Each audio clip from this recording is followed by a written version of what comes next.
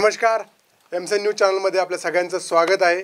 विधानसभेच्या निवडणुका अवघ्या काही दिवसावरती आहे आणि एक विधानसभेच्या निवडणुकीची पडघम वाजायला लागतील आणि काही दिवसामध्ये आता तर निवडणुकीचं प्रत्यक्ष वातावरणही सुरुवात झाली वातावरणाला. आणि संभाजीनगरमधल्या ज्या काही महत्त्वाच्या लढती आहे त्यामध्ये आहे एक पैठणची लढत. पैठणची लढत छत्रपती संभाजीनगरच नाही तर पूर्ण महाराष्ट्रात चर्चेचा विषय असणार आहे का, तर त्यावरती आपण बोलणार आहोत. पण पैठणमध्ये जी खास लढत होणार आहे आणि त्या लढतीमध्ये ज्यांनी आता शड्डू ठोकून जे उभे आहेत आणि त्या सगळ्या लढतीबद्दल ते का लढत आहेत आणि त्यांच्या निवडणूक लढण्यामागची काय पार्श्वभूमी, काय अजेंडा आहे, विधानसभा अजेंडा या कार्यक्रमात आपण आज जाणून घेणार आहोत. माझ्यासोबत आहेत शिवसेना ठाकरे गटाचे उपजिल्हाप्रमुख दत्ता गोरडे सर.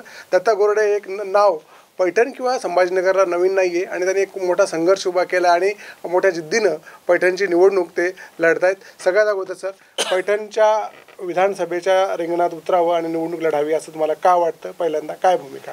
मी एक सामान्य शिवसैनिक होतो, शिवसेनेचा कार्यकर्ता होतो.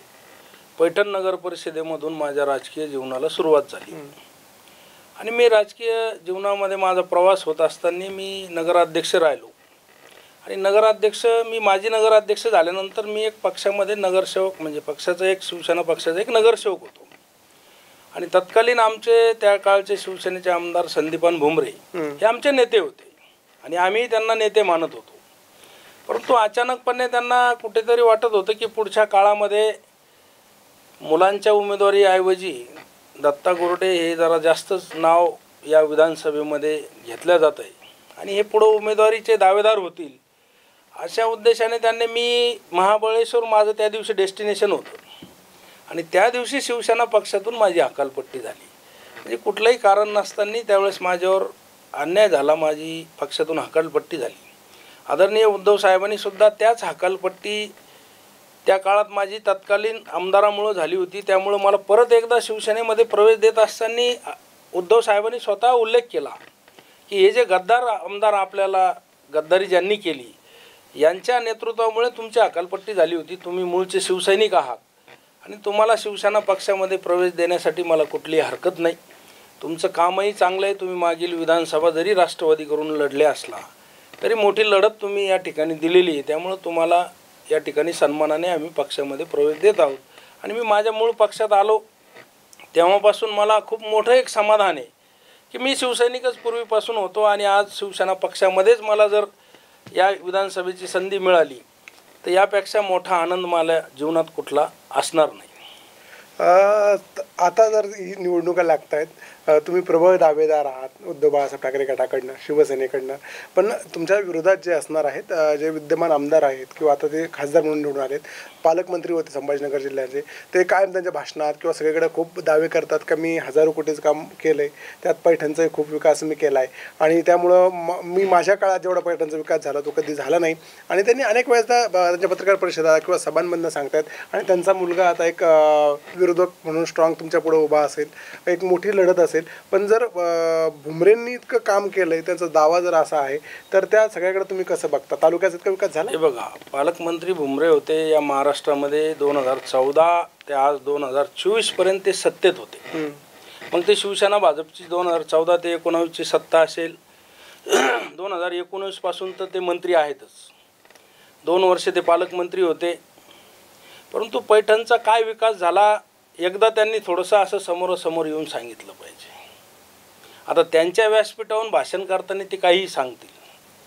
2-4 मुद्दे मी मांडतो. त्यापैकी ब्रह्मगाव सिंचन उपसा योजनेचा प्रश्न पैठण विधानसभेमध्ये 2009 पासून प्रलंबित आहे. आता कुठंतरी खेरड्यापर्यंत पाणी गेलेलं आहे आणि भुमरेंनी एकच सांगावं की ते मंत्री झाल्यानंतर या ब्रह्मगाव उपसा सिंचनसाठी घोषणा नव्हे, सुप्रमा नव्हे, त्या खात्यामध्ये पैसे किती आणले.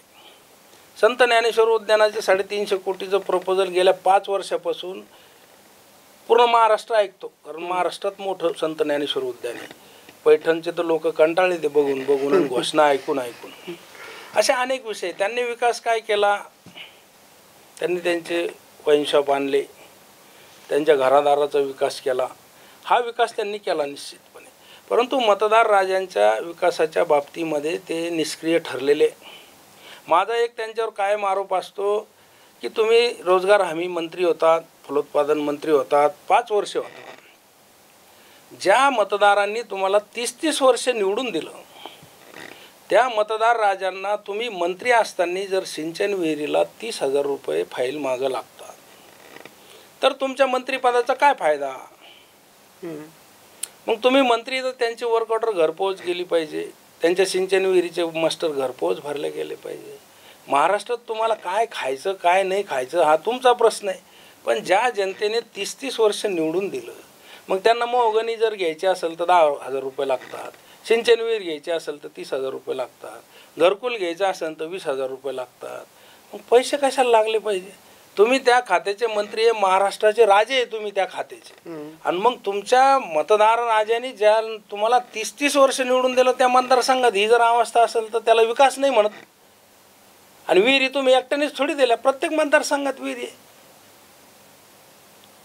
त्यांचं विहिरीच नाही, बाकीचं त्यांचं म्हणणं रस्त्यांचं काम मी खूप केले. कोणचा रस्ता केला? कोणचा रस्ता केला? अहो, जे पैठण नगरीमध्ये रस्ते झाले मागील काळामध्ये, आम्ही नगरसेवक नगराध्यक्ष असताना, आज पाणी पुरवठ्याची योजना करताय संदीपान भुमरे त्यांच्या नेतृत्वामध्ये. सगळे रस्ते तोडले त्यांनी, नुसते पाईप टाकून ठेवले.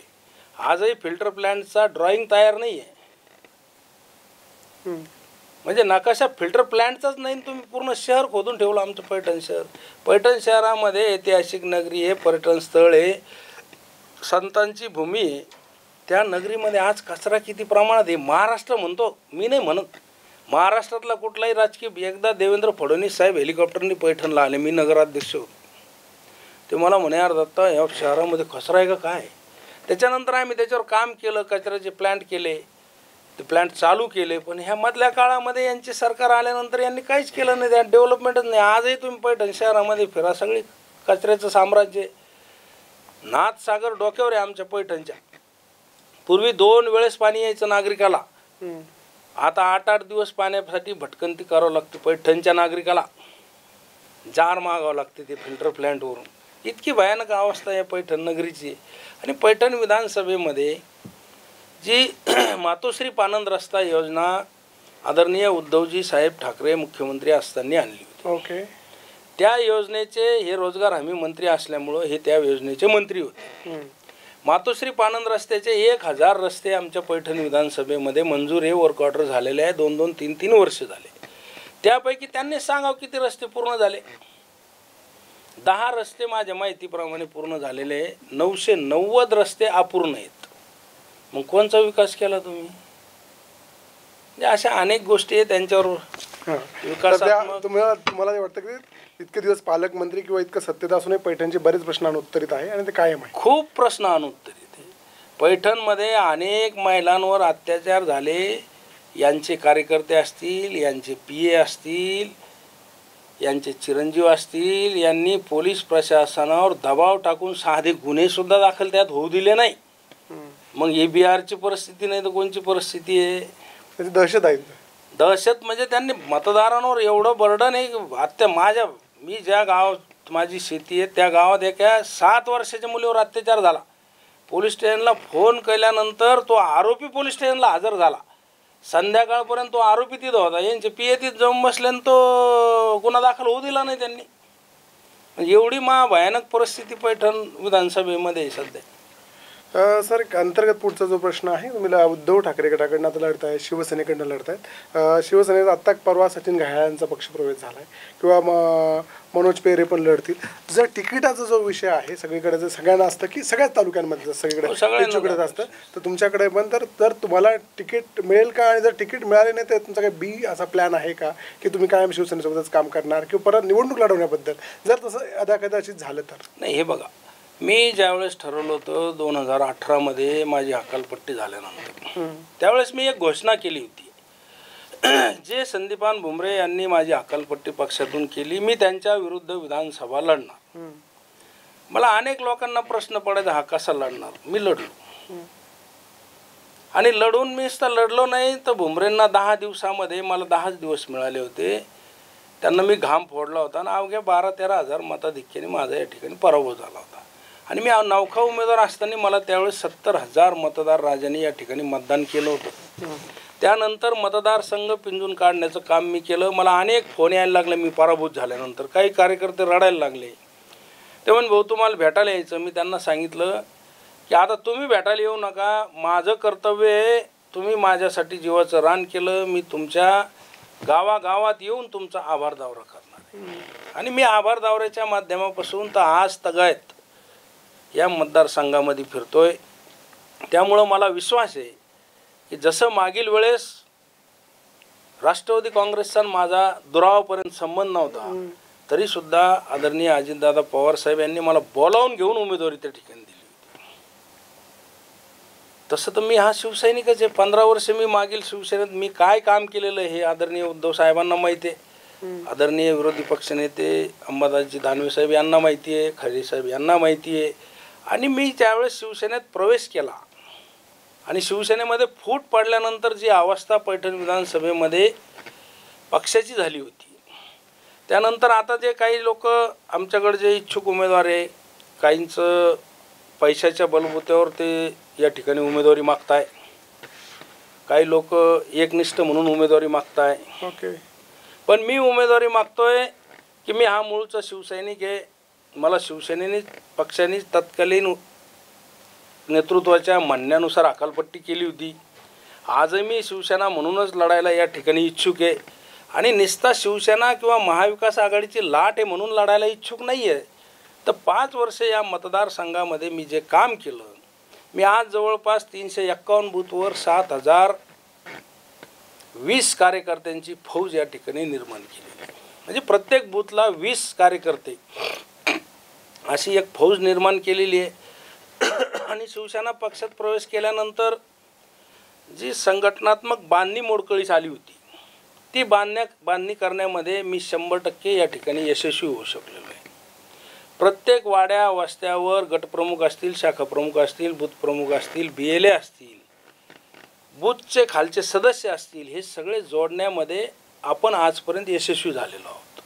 आणि सगळे उत्साहाने आपल्याकडं की भुमरेंचा भ्रष्टाचार जो 5 वर्षामध्ये आपण काढला, त्यांच्या दारूच्या दुकानं असतील, त्यांनी केलेले निकृष्ट दर्जाचे कामं असतील, आजही तुम्ही पैठण तालुक्यामध्ये जर गेले, त्यांनी बसवलेले पेवर ब्लॉक असे उलटे झाले. आता असे अनेक विषय त्यांच्या भ्रष्टाचारावर बोललो तर आपल्याला वेळ कमी पडेल.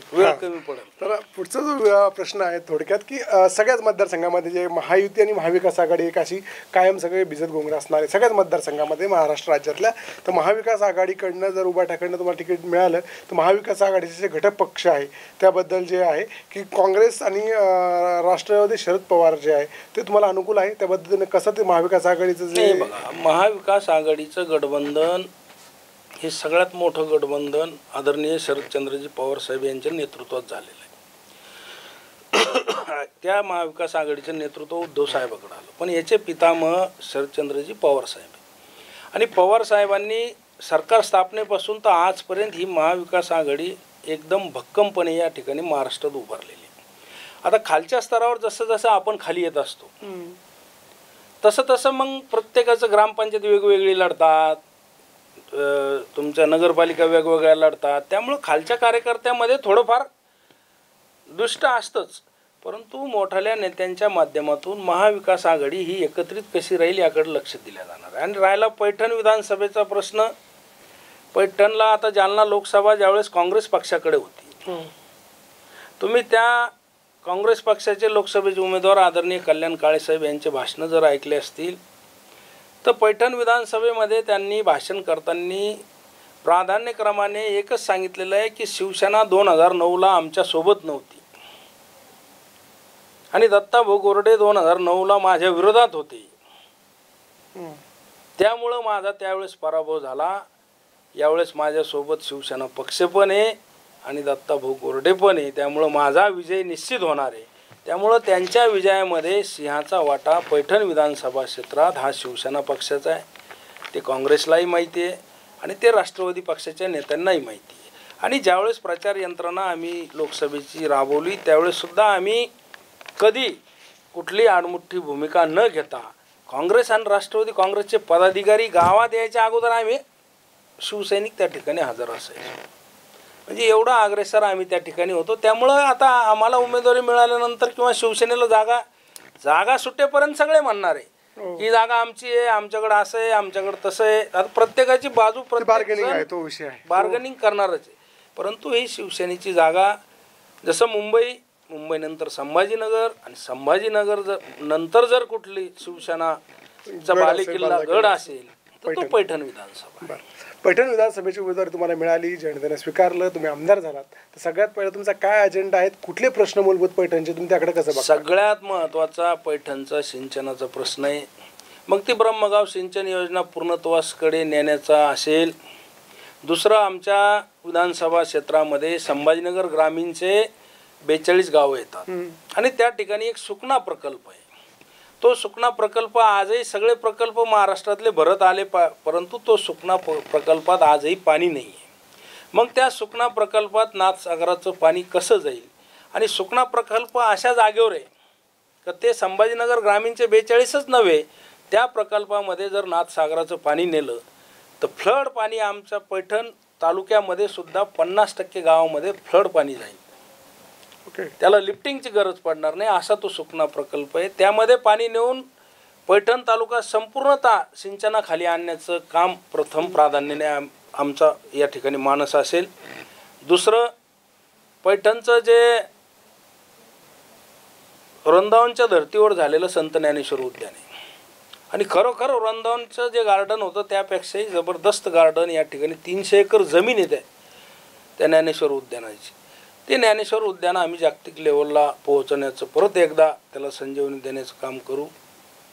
पैठण तीर्थक्षेत्र आहे. पैठण गोदावरीच्या प्रदूषणाच्या बाबतीमध्ये 2013 पासून भूमिगत गटार योजनेचं काम चालू आहे, परंतु ती आजपर्यंत पूर्ण होऊ शकली नाही. ती पूर्ण न झाल्यामुळं गोदावरीमध्ये सगळे नाले पैठणचे गोदावरीमध्ये जातात. वारकरी संप्रदायातील लोकांना त्यांची एक भावना असते गोदावरीमध्ये स्नान करणे, पण अक्षरशः गटारच्या पाण्यात त्यांना स्नान करावं लागतं. तुम्ही पण पैठणला येता, तुम्ही पण बघितलेलं आहे. सगळ्यात तो एक महत्त्वाचा, गोदावरीचं प्रदूषण थांबलं पाहिजे यासाठी आम्ही प्रयत्न करणार आहे. पैठण शहर जे ऐतिहासिक नगरी आहे, पर्यटन नगरी आहे. पैठणीचं क्लस्टर जे येवल्याला गेलं, ठीक आहे, आता येवल्याला पण माणसंच राहतात, ठीक आहे, आता पैठणच्या नावाने ओळखल्या जाणारं ते तिथले लोकप्रतिनिधी स्ट्रॉंग होते, त्यांनी नेलं. परंतु आम्ही पैठणला सुद्धा क्लस्टर करण्याचं या ठिकाणी आमचा या मानस असेल. शेतकरी बांधवांना गेल्या 5 वर्षामध्ये जे पीक विमा असेल, अतिवृष्टी असेल आणि ह्या सगळ्या अनुदानापासून वंचित राहावं लागतं आमच्या पैठण विधानसभेला. त्यांच्या बाबतीमध्ये सुद्धा आम्ही चांगले निर्णय घेण्याचा या ठिकाणी येणाऱ्या काळात महाविकास आघाडी सरकार आल्यानंतर आम्ही प्रयत्न करणार आहोत. युवकांसाठी मोठ्या 2 MIDC आमच्याकडे, एक बिडकीनला आहे, पैठणला आहे. परंतु या MIDCमध्ये उद्योग नाही आहे. ते जास्तीत जास्त उद्योग त्या ठिकाणी आले पाहिजे. नुसते उद्योगच नाही आले पाहिजे तर स्थानिक युवकांना त्या ठिकाणी प्राधान्यक्रमाने नोकऱ्या मिळाल्या पाहिजे. यासाठी एक आम्ही महत्त्वाचं पाऊल या ठिकाणी उचलणार आहोत आणि सगळ्या जाती धर्माच्या लोकांना एकत्रित कसं चांगलं नांदता येईल याकडे सुद्धा आम्ही लक्ष देणार आहोत. कारण आज थोडंसं महाराष्ट्राचं वातावरण बंधुभाव कमी झाला आहे. बंधुभाव तसा म्हणजे आता म्हणू नये, पण ते म्हणणं येतं, कारण आता जे आहे ते कबूल करावं लागेल. सोशल फॅब्रिक पहिले HM व्हायचे, हिंदू मुस्लिम व्हायचं, आता तर सगळ्याच जातीमध्ये भांडणं लावण्याचं काम चालू झालेलं आहे आणि प्रत्येकाला वंचितच ठेवलेलं आहे सरकार. सामाजिक विण तुटली आहे. कोणाला फायदा तर झालाच नाही, पण आपसामध्ये वादिवाद या ठिकाणी होत आहे. अशा अनेक प्रश्न आहे, अनेक प्रश्नावर आणि विकासाच्या मुद्द्यावरच या विधानसभेला आम्ही सामोरं जाणार आहोत. आणि त्यांनी जो विकास केला म्हणतात त्याचा सगळा भांडाफोड आम्ही 5 वर्षात तर केलेलाच आहे, त्यामुळे सगळ्या जनतेला माहितीच आहे. परंतु येणाऱ्या विधानसभेत सुद्धा कळेल. तुम्हाला सांगतो की भुमरेंना, त्यांच्या मुलांना, त्यांना स्वतःला कळणार नाही की आपण एवढ्या मताधिक्याने या मतदारसंघात पराभूत होऊ शकतो. झोपूच शकत नाही ते निकाल लागल्यानंतर महिनाभर. इतकी भयानक परिस्थिती त्यांची आज विधानसभा क्षेत्रामध्ये. त्यामुळं आज ते जरी काही म्हणत असले, पैसा आहे, गडगंज संभाजीनगरचा निकाल, तरी पण पैठण विधानसभा ही त्यांना यावेळेस गाडल्याशिवाय स्वस्त बसणार नाही. आणि त्या ठिकाणी बाळासाहेबांचं शिवसेनेचे पायमुळे एवढे रोवलेले आहे, मतदार एवढ्या मोठ्या प्रमाणात आहे त्या ठिकाणी. उदाहरण माझं सांगतो, मी मागच्या वेळेस राष्ट्रवादीतून उभा होतो, माझा मित्र बूथमधून बाहेर आला मतदान करून. ते म्हणे यार दत्ता तुला मतदान नाही केलं म्हणे. म्हणलं का रे? ते म्हणणं यार मी ठाकरे कुटुंबाशिवाय मतदान नाही करू शकत. म्हणजे एवढे भावनिक लोक आमच्या या पैठण विधानसभा क्षेत्रामध्ये. त्यामुळं निश्चितपणे पराभव त्यांचा हा होणारच आहे आणि मोठ्या मताधिक्याने होणार आहे. निश्चितच काय म्हणतात त्याला, आता अवघ्या काही दिवसावर घोडा मैदान सामने आहे आणि पैठणची जी लढत आहे ती रंगतदार बनण्याचं कारण आहे. प्रतिस्पर्धेसोबत जे उमेदवार असतात ते जर तितके स्ट्रॉंग असेल तर लढत नक्की बनते. आपल्यासोबत दत्ता गोरडे होते, त्यांनी आगामी काळात जर ते निवडून आले, आमदार झाले तर काय विकास कामं करतील आणि सध्याची राजकीय स्थिती काय आहे त्यावरती आपली मतं मांडली. सर तुम्हाला खूप खूप शुभेच्छा. आपण निवडून सभागृहात जाल आणि जनतेचे प्रश्न मांडायला अपेक्षा ठेवतो. धन्यवाद.